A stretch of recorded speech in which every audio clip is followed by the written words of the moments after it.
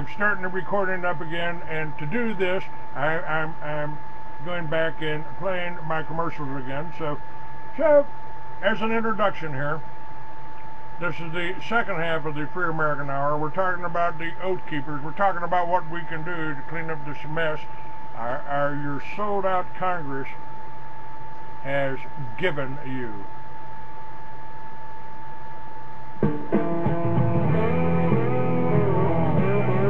He took an oath to defend the Constitution of the United States of America.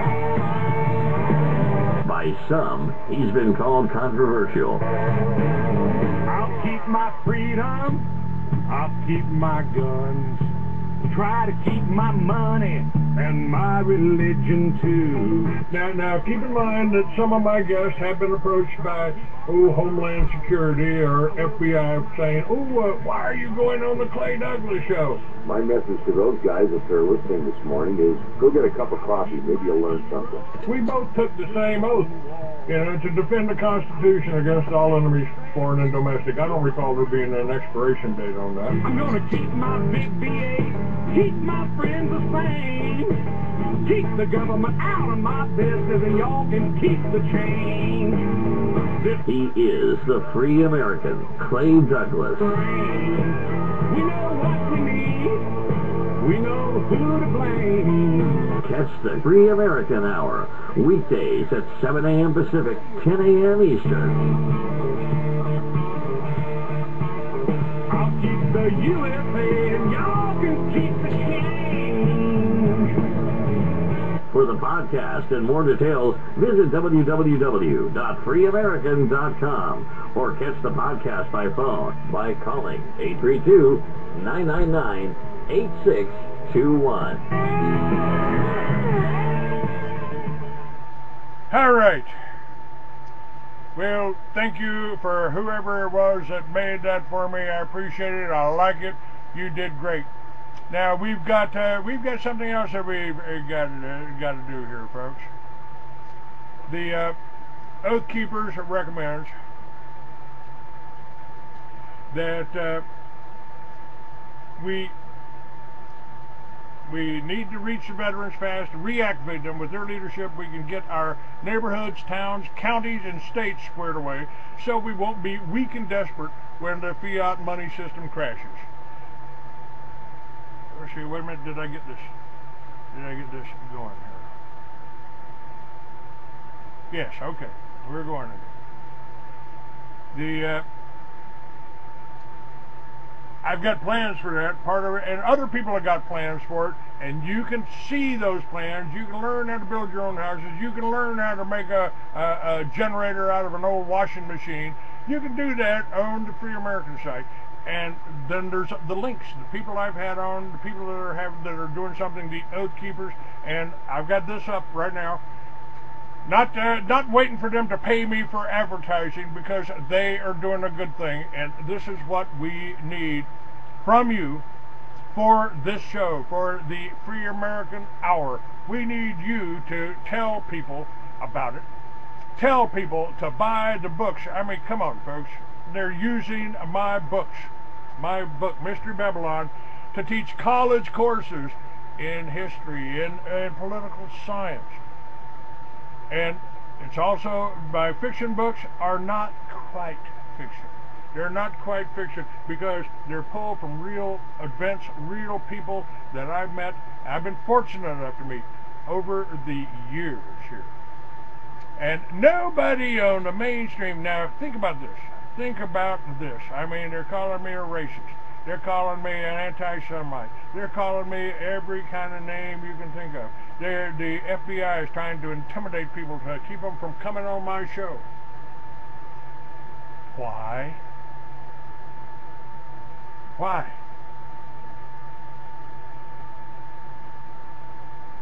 And I'm telling you about the Oath Keepers. I'm telling you about the committees of safety. And, I should do that, because we've got that up. But let me finish with the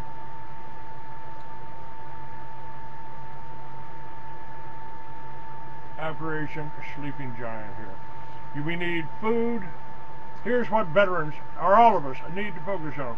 Food, fuel, emergency medical, communication security, and independence. That's general preparedness as individuals within local veteran organization chapters, neighborhood mutual aid societies, churches, co-ops, farmers markets, and at the town, country, and state levels. As a start, follow the advice.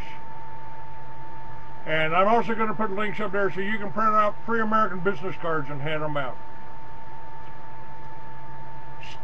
We need information. This is what I started the Free American for, and it may be what we've got right now available to us in the Free American may be better than the Free American magazine that helped launch the whole patriot movement across America.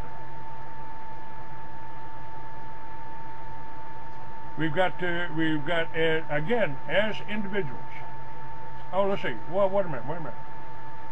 Here's we've got links up here. There's links on their side. They've got links to other sites. This is the way the information is. You know, you don't you don't need to be a Mormon to learn from their experience in food storage and preparedness, or use their canning facilities. Grow gardens. Support your local farmers. Fight any regulation that would limit your ability to grow your own food. Why is food first? Because it's the hardest to improvise. It is a great weakness of modern man, who, with few exceptions, no longer stores up for hard times. Ditto for fuel and medical supply. When it comes to communications, we must have in place an alternative system such as ham radios, so if and when the internet comes down or is taken down, we can still communicate. For example, as if every VFW hall had a ham radio that would provide a statewide network. And 2, we need physical security and independence. Again, as individuals, neighborhoods, veteran organizations, chapters, towns, counties, and states, to include forming neighborhood watches, mutual aid associations, volunteer sheriff's posse, staffed by self-supplied volunteers but under direct command of the sheriff, county militias established by county ordinance but staffed by self-supplied and self-funded volunteers, as done as in volunteer fire departments all over this nation, state defense forces under command of the governor, and ultimately a true state militia established by state statutes capable of repelling invasions. And we've got research and model bills of Dr. Edwin Vieira, who I've included his comments on my website. We have to work together. Now, they've got a Project Appleseed, rifle instruction, offered for a pittance in every state. Economic security and independence. As individuals and communities, including barter networks, use of silver and gold as real money and sound money bills at the county and state levels, as Utah just passed. This would also include each one of us having a liberty trade, something you can do even in very localized back-to-basics economy. We must support and build resilient local economies that can weather hard times. We must have an alternative to the fiat money system that are in place when it collapses, so we can resist what the globalists have in store for us. And that's the whole plan behind Liberty Villages. Giving a home for vets that don't cost you $20,000 each. You can put them all, you can put 6 of them in a $3,000 teepee or a $7,000 yurt. We'll probably sleep a dozen. And you work together, you got community kitchens, and you work on the farms and the ranches, and you restore it, and you defend it as veterans. That's under the libertyvillages.org plan.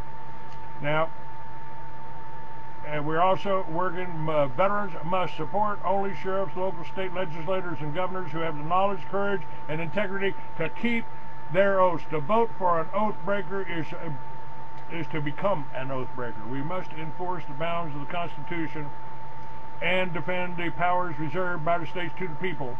Read the 10th Amendment. And by the way, the whole Bill of Rights, Communist Manifesto, Constitution, a Declaration of Independence are linked on Free American website.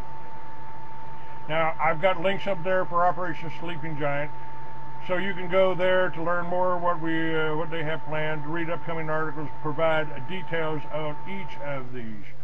Okay, I want to bring something else up. Let me go there. We're in a war, folks, and it's really heated up here there, because now they're talking about bringing the military. And I told you, I told you years ago that that was what they were going to do. I told you about that. And the true face of FEMA. We filmed Homeland Security telling you that we're in for a long war. It could be longer than the Cold War. That's it. For the next 40 years, and probably for the last at least 20, they have been at war with us. And they consider me one of your leaders. I'm the one that they gave all the credit for starting the New Mexico militia. Certainly wasn't me alone, but I was the most vocal, the most visible, and so that's why they have tried to take me down. Now, let me see here. As on Oath Keepers, we're also talking about U.S. agents launder Mexican profits of drug trade, U.S. agents. And I've been telling you the CIA has been bringing the drugs in. Now, what the strategy is divide and conquer. And Brandon Smith is one of the people that I edited and I'll have up on the site here. There are those today who claim that the lifeblood of a nation is dependent upon the graces of its government, that the government is the focal point of cultural growth, and that we as citizens should respect it as such.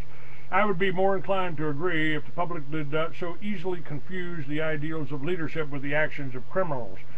That is to say, regardless of what we wish our government to be, bureaucracies rarely, if ever, embody the spirit of the common man, a necessity for any system that purports to defend the citizenry. Instead, bureaucracies almost inevitably deteriorate into vehicles for the perpetuation of tyranny, driven by the very worst of all stewards, elitist minorities with delusions of godhood.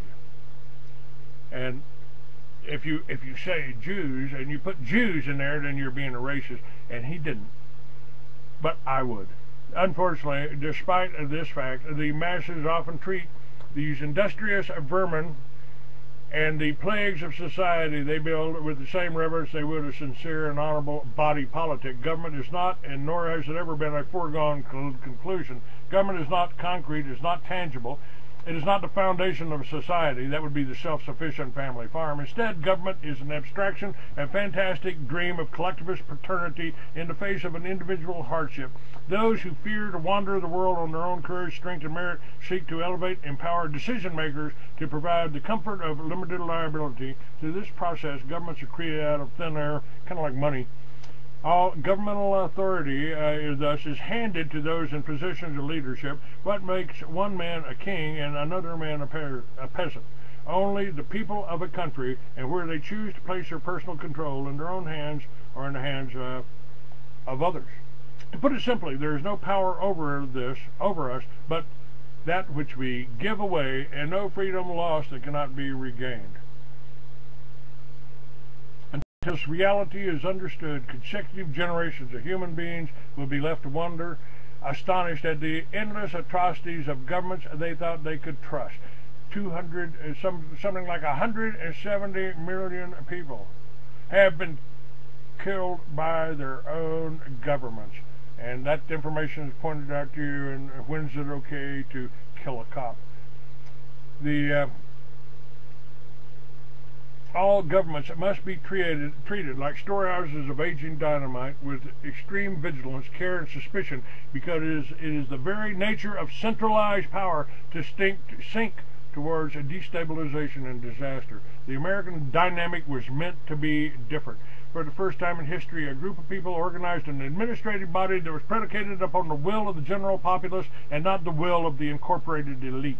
The Constitution was the first legal document to limit the power of government, not endlessly exonerate it. Through our modern age, we have become completely ignorant of its original intent.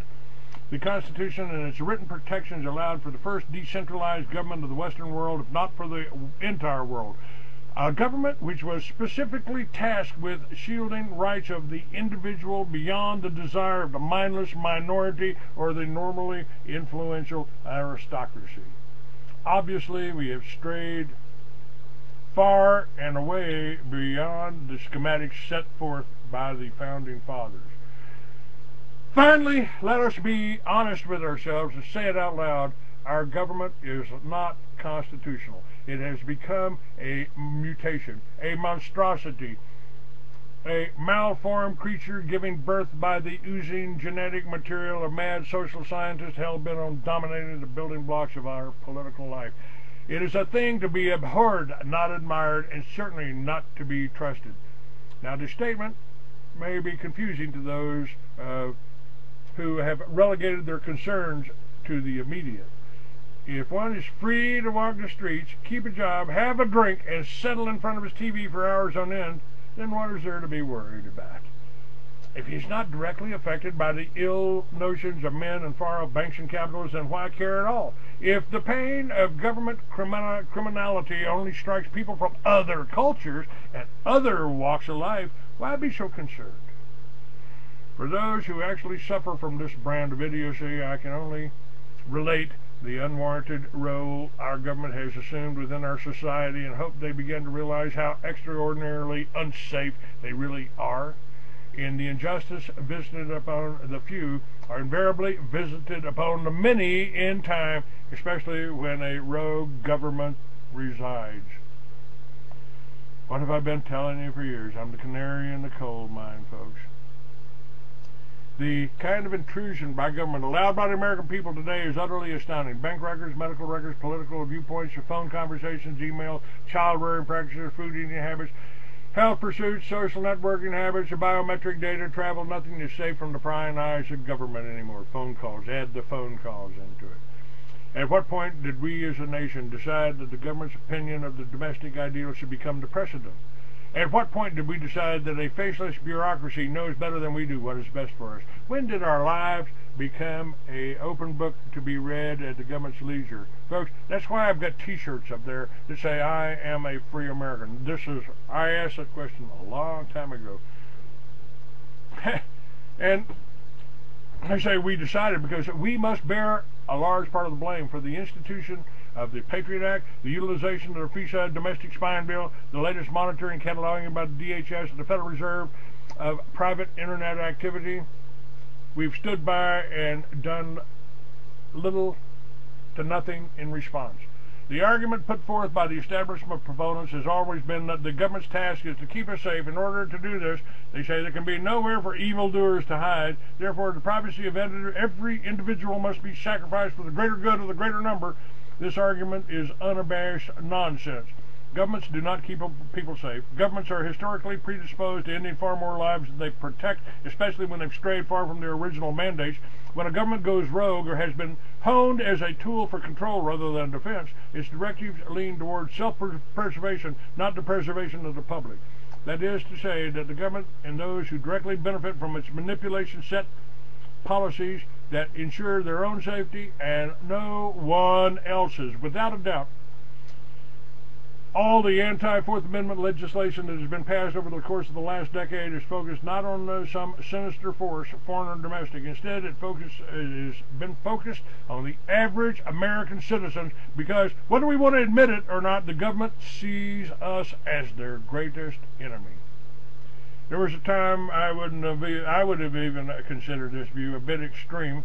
However, I have to point out that the introduction of bills and executive orders like the John Warner Defense Authorization Act, which potentially erases posse comitatus and allows for martial law to be instituted with extreme prejudice under executive orders, as well as the Enemy Belligerence Act, which allows for the capture, torture, and indefinite incarceration of American citizens as enemy combatants, been passed.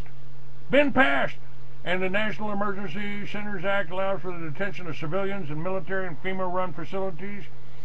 Obama's administration continuance of Bush doctrine, which allows for the assassination of U.S. citizens designated as an enemy combatant. And most recently, this NDAA, a defense spending action, which is being used to coattail legislation which decimates all constitutional checks and balances, leaves the door open for the government to declare in a region they wish a combat zone, These provisions are just a rewritten combination of the enemy belligerent acts. Both bills were fostered by the hand of Songbird John McCain and the John Warner Defense Act, giving government free rein to designate any person, even an American citizen, an enemy combatant.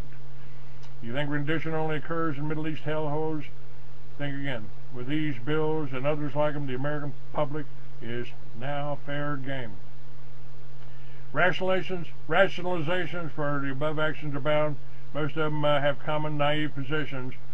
Among the following: the assassinations of al-Qaeda agents, even if they're American citizens, is justifiable. The nature of this target is irrelevant to the principle behind the situation. I don't care if Anwar al-Awlaki was an agent of Hades. The conscience of a country must take precedent over the short-term threats the country faces. If a society is unable to maintain its conscience and its principles in the face of hardship, then perhaps that society is not worthy of survival. There are indeed many more important things than national security. This is how tyranny begins, and a small group or element of a culture singled out for the loss of human rights, while the rest of the people look on and cheer. Eventually, the exception to the rule becomes the rule, and everyone suffers.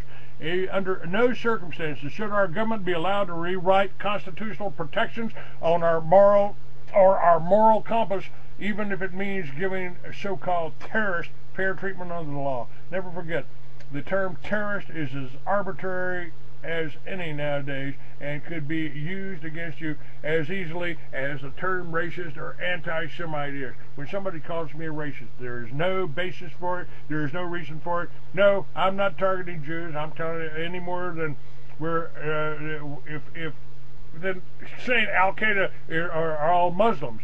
No, it's not that way, folks. Now, the homegrown terrorism is a highly arbitrary label. If one looks at statements and white papers coming from the Department of Homeland Security, the Department of Justice, all included in my book, Mystery Babylon, the Department of Justice, anyone from constitutionalists to Ron Paul supporters to militia members to barter networkers, sound money proponents, or anyone who expresses an interest in any of these subjects is considered now a potential domestic terrorist threat. So where is this headed? Think about it.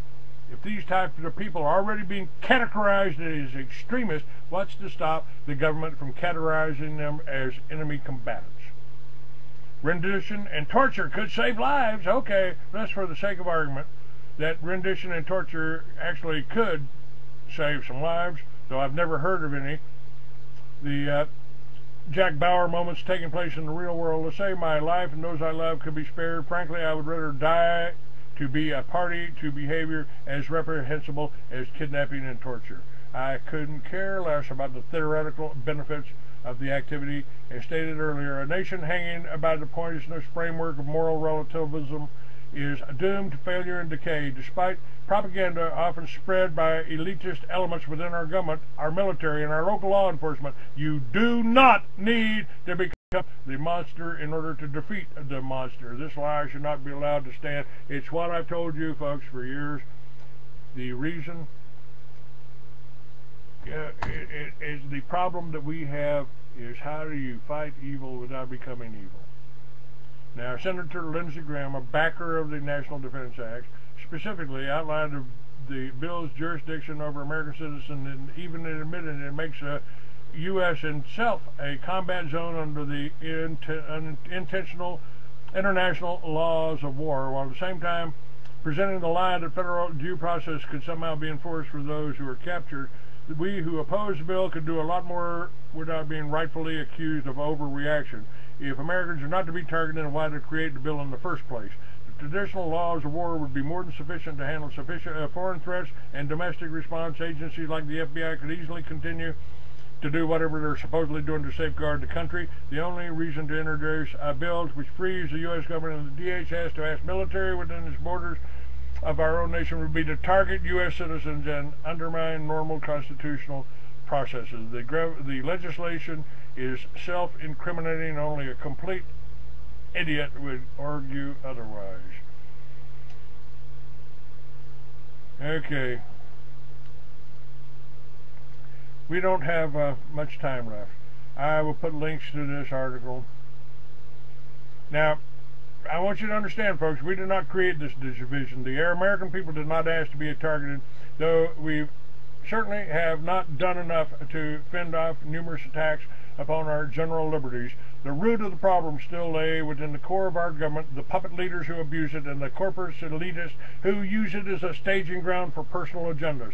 We've become two separate groups that cannot and will not be reconciled. The government is openly admitting to this legislation like the National Defense Act. It's time we did the same. When two forces diametrically opposed exist upon the same ground at the same time with the same force of will, war erupts. A war of philosophies, a war of dissent, sometimes a war of weapons. As unsettling as that might sound, we must take solace in the fact we at least fight for what is honest. If every American must conform to the twisted path our government has chosen, or be branded an enemy combatant, then we may all become domestic threats in our own backyard. Folks, make a donation, buy a book, buy some of my books, order them for your neighbors. We'll ship it right to them. Buy their email for $20. That'll help me have a good Christmas. And I'll get all this information up about the sleeping giant. All this is already linked. All this is already linked on my website. I did it this morning before the show.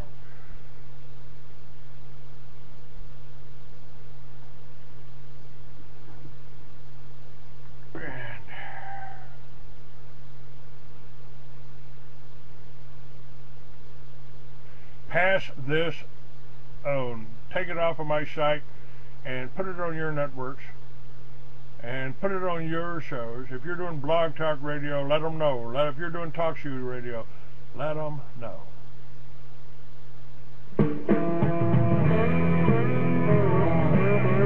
He took an oath to defend the Constitution of the United States of America.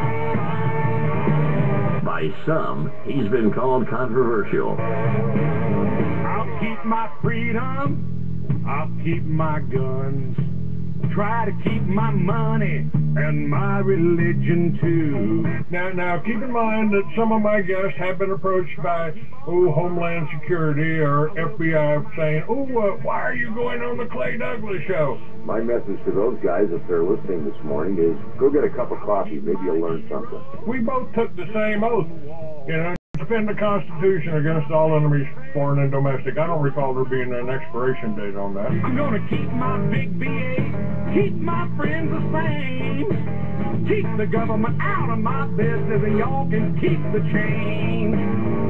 He is the free American, Clay Douglas. We know what we need, we know who to blame. Catch the Free American Hour, weekdays at 7 a.m. Pacific, 10 a.m. Eastern. I'll keep the USA and y'all can keep the change. For the podcast and more details, visit www.freeamerican.com or catch the podcast by phone by calling 832-999-8621.